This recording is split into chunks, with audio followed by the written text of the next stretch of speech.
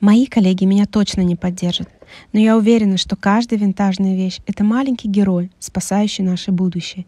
И сейчас я объясню почему. Представьте, каждый раз, когда мы спасаем винтажное платье от забвения, где-то на другом конце света не запускается огромный станок. Не верите? А вот факт, от которого мой мозг едва не закричал. Что?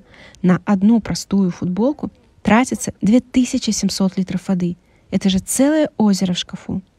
Каждая винтажная вещь — это как спасенная душа, которая вместо свалки получает новую жизнь, новую историю любви. Но почему эти вещи даже 40-х годов все еще пользуются спросом? Потому что качественные дизайнерские вещи из дорогих тканей и прекрасных лекал живут столетия. Хотите научиться создавать такие вещи, которые люди бы хранили, а при старости сдавали в винтажный магазин по заоблачным ценам? Тогда жду вас в моей школе моды.